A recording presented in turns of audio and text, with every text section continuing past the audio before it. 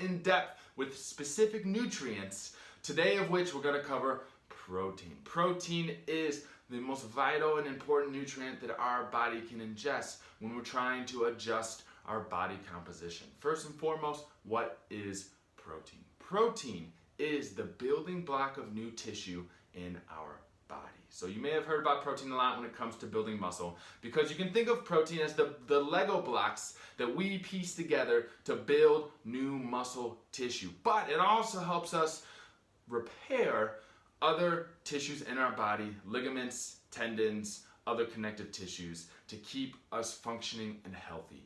Now, protein is super important because of those building blocks, but also because it's the hardest nutrient to get on a daily basis. Protein is hard to get because unless you're seeking it out and eating it on purpose, it's unlikely that you will accidentally meet the requirements that your body needs to see the benefits that a high protein diet can have for us. Okay, so super important. Protein, you will not get it by accident. You're gonna have to do it purposefully. What are some good sources of protein?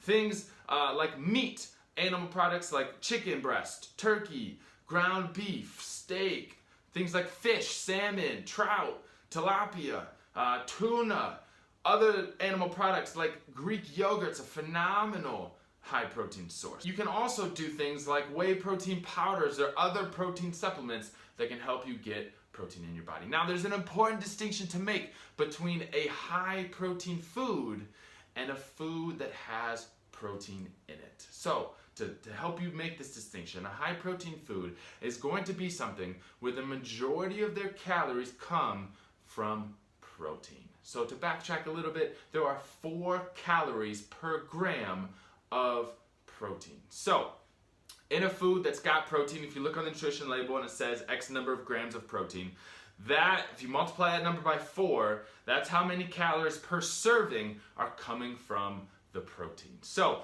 a high protein food is going to be one where the majority of its calories are coming from this protein, and also there's going to be very little calories coming from anywhere else like carbohydrates or fats. Okay, so again, chicken breast is a good example of a high protein food because per 4 ounces there's about 120 calories, of which 20 to 30 grams is going to be protein.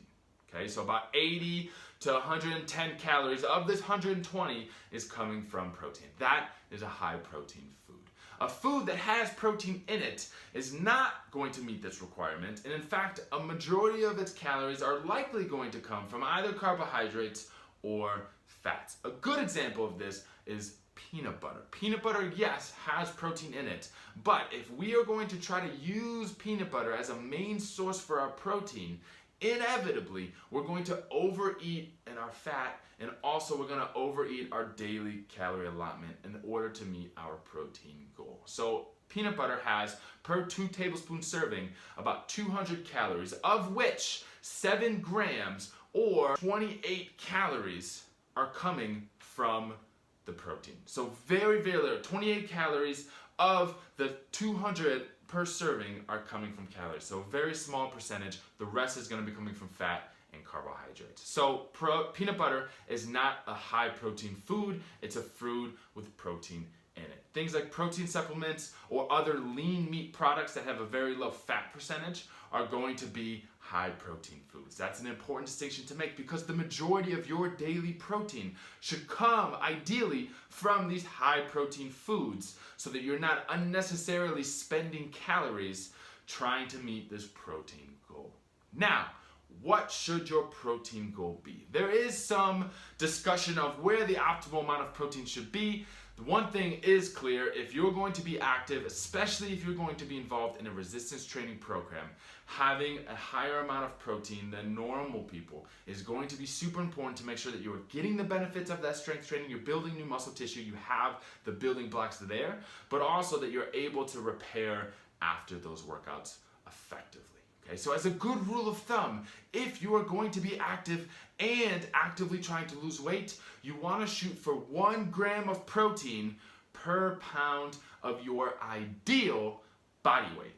Okay, so if we currently weigh 150 pounds and we want to weigh 130, I'm going to ask you to aim for 130 grams of protein every single day. Now, the actual number of protein that you need on a daily basis is probably going to vary between a little less or a little above this number, but just to keep things simple and as a good rule of thumb, I'm going to ask you to again aim for 1 gram of protein per pound of body weight every single day. It's going to be important that you're adding to this goal at every meal you eat consistently throughout the day.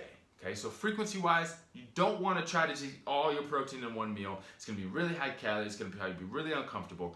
But I'm going to ask you to break that goal up into manageable amounts and have a little bit at every single meal. So for example, someone who's trying to eat 120 grams of protein a day, they could easily split that up into 4 separate meals, each containing at least 30 grams. Now, this would be equivalent to either 1 scoop of protein powder or about 4 ounces of chicken breast. Another reason that protein is super important, particularly when on a weight loss diet, is that getting enough protein and staying active is going to help you preserve your muscle mass. The truth be told, when we're in a calorie deficit, our body is going to pull energy from body fat reserves in order to make up the difference in energy requirements. But it's also going to pull energy out of muscle tissue, and it's going to break it down, turn it into usable energy, and use that to also help supply our body's energy needs. Now, to determine between how much comes from body fat and how much comes from muscle tissue, we can't do too much to dictate this. It's gonna pull from both no matter what you do. But you can minimize how much your body will pull from muscle tissue by ensuring that those muscles stay active. If you are consistently using your muscle tissue, and if you're also consistently consuming enough protein every single day, you can help minimize how much of this muscle is pulled for energy uses and maximize how much is going to be pulled from body fat stores to ensure that you're preserving your muscle mass, you're keeping your strength or even improving your strength, and losing the body fat that you're aiming